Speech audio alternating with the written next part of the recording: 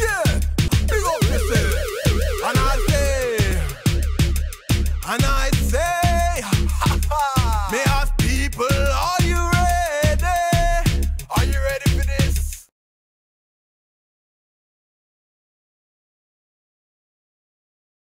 De retour avec M. Alexandre Gravel de Toast Studio. Puis honnêtement, je suis super excité parce que ça fait super longtemps que je veux faire cet épisode-là, mais j'avais de la misère à le cadrer dans un show sur le marketing. Mais là, finalement, on a trouvé l'angle. C'est le storytelling et l'histoire de fondation de Toast Studio.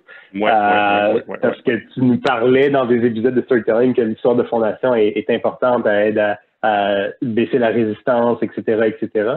Fait que on s'était dit que peut-être partager une vraie histoire, ça aiderait ceux qui nous écoutent à vraiment bien comprendre c'est quoi. Fait que l'histoire de fondation de Toast Studio.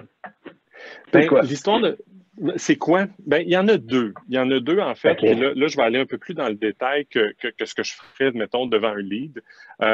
Mais essentiellement, il y a deux histoires. Parce que Toast Studio existe depuis 20 ans.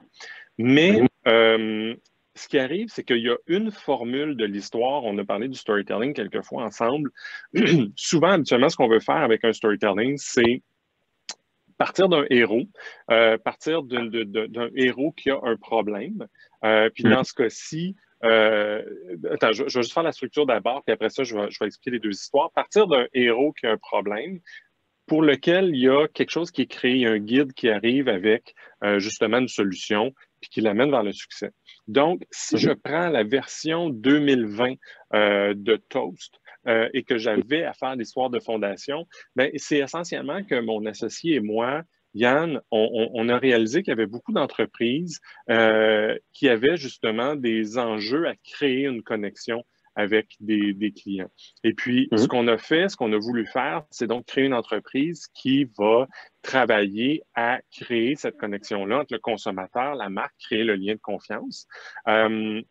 Et on a décidé de l'exécuter parce qu'on a deux types de clients. On a des clients qui sont des marques qui veulent créer des liens avec leurs consommateurs, puis on a des clients qui sont des diffuseurs télévisuels qui, eux, veulent créer un lien aussi avec un auditoire, une audience, pour pouvoir les ramener à la télé, les ramener vers leur contenu, justement pour créer ce lien de confiance-là. Donc, on a vraiment bâti une entreprise autour de notre désir chacun, parce que d'un côté, Yann est producteur télévisuel de formation, donc il y a cette sensibilité puis ce désir de justement créer la bonne histoire, créer le bon contenu.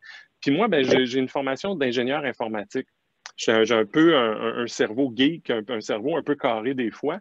Puis l'idée, c'est d'amener un peu la notion de performance derrière ça. Donc, c'est performance et bonne histoire, ce qui a créé Toast. Puis qui fait qu'aujourd'hui, on est capable de travailler avec des annonceurs, des marques, des diffuseurs à créer des excellents contenus qui vont créer justement cette relation-là sur le plus long terme.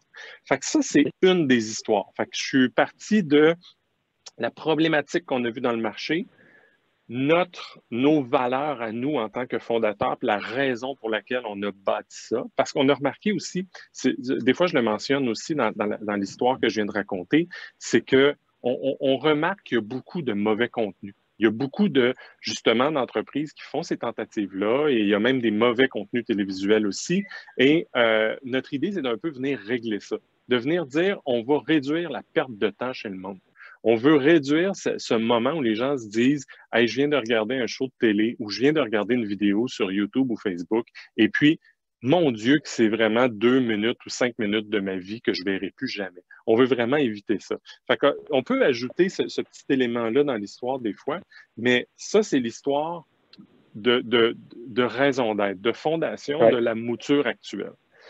Je mentionnais tantôt qu'il y a une deuxième histoire parce que des fois, on peut vouloir raconter... Bon, là j'ai voulu mettre... quand je raconte cette version de l'histoire, c'est pour mettre un peu la personne devant moi en confiance par rapport à nos raisons, nos valeurs, puis un peu la raison d'être de l'entreprise, pourquoi elle existe.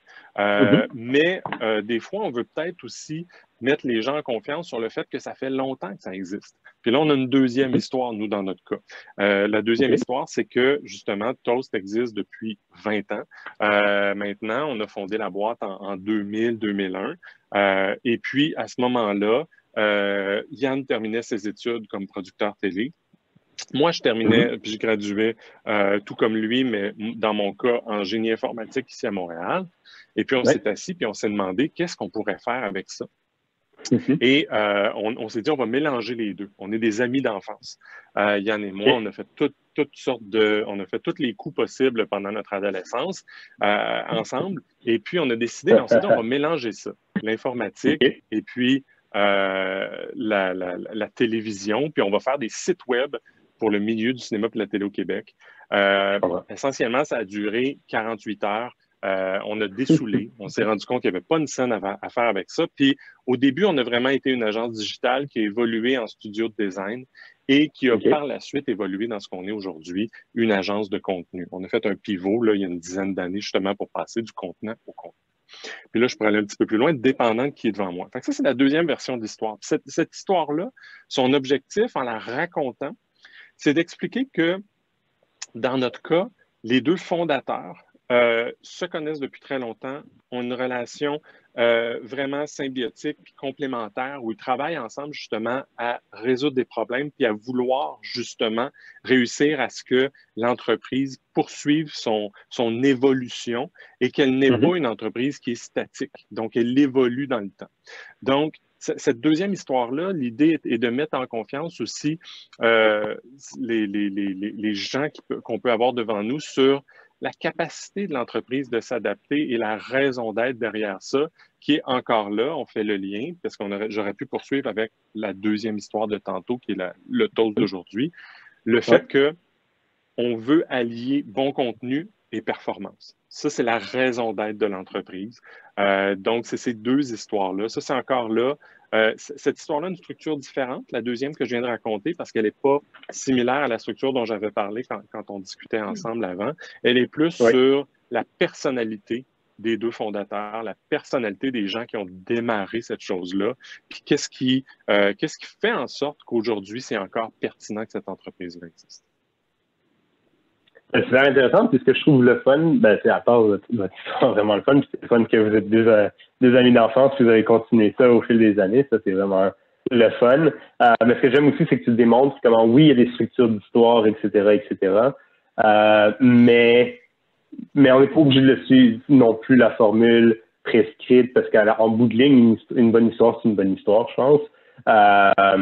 Et puis, fait que j'aime beaucoup ça. Fait que, oui, c'est important de suivre les cadres qui existent, qui ont été développés, mais en même temps, c'est important d'être, j'aime pas toujours le mot parce que c'est surutilisé, mais authentique. Tu sais, c'est votre histoire à vous. Il y a personne d'autre qui va avoir la même histoire. Puis des fois, quand on suit les cadres, tu sais, puis on le voit souvent quand on regarde beaucoup de films, surtout des mêmes producteurs ou des mêmes writers, c'est la même formule constamment. Fait que des fois, tu as l'impression de regarder le même film dans le cas des films, oui, c'est ça. Puis dans le cas d'un film, on est dans une dimension de divertissement. On veut que les gens se divertissent. Dans le cas d'une histoire de business ou de le founding story ou l'histoire de fondation dont on parle aujourd'hui, il faut bien comprendre l'objectif qu'on veut atteindre. L'idée est d'expliquer qu'est-ce qu'il y a très loin de... Oui, à un moment donné, en tant que représentant, en tant que personne en marketing qui va venir placer des messages à gauche et à droite, on va parler du produit, on va parler du features and benefits, tout ça. Mais il faut bien comprendre l'objectif de l'histoire de fondation, puis on peut en avoir plusieurs. Le premier, ça peut être de dire, on comprend le marché, puis voici pourquoi on a créé cette boîte-là qui va offrir ce que je vais te parler plus tard. Ou bien, des fois, ça peut être justement cette histoire de mettre les gens en confiance par rapport au fait que les fondateurs, puis l'équipe de direction, puis les dirigeants de cette entreprise-là ont justement à cœur le succès de ses clients. Donc, c'est un peu aussi, l'histoire de fondation peut servir aussi un peu à dire ce qu'on des fois qu'on ne dit pas assez, que oui, certes, on est tous un peu à la recherche de profitabilité, de rendement, puis d'avoir un balance sheet positif à la fin de l'année, mais on est, l'idée est de montrer qu'il y a du cœur aussi dans l'entreprise, oui, certes, on veut une entreprise profitable, mais il y a du cœur et une raison d'être qui drive tout le monde qui travaille là, puis qui drive l'évolution de l'entreprise, puis que de faire affaire avec du monde comme nous, c'est de faire affaire avec ce cœur-là puis cette raison d'être-là. Cool. Écoute, j'aurais pu continuer avec quelque chose, mais je pense que c'est une super bonne conclusion. Le monde achète avec leur cœur puis avec leurs émotions. Fait que quand tu du monde motivé, qui suivent un purpose un peu plus avancé que oui, bon, il faut avoir du profit sur ce projet-là. Si tu sens en confiance un peu plus, c'est définitivement vrai. Puis, comme tout le monde le dit, la profitabilité, en fait, c'est une façon de faire vivre ton histoire, finalement.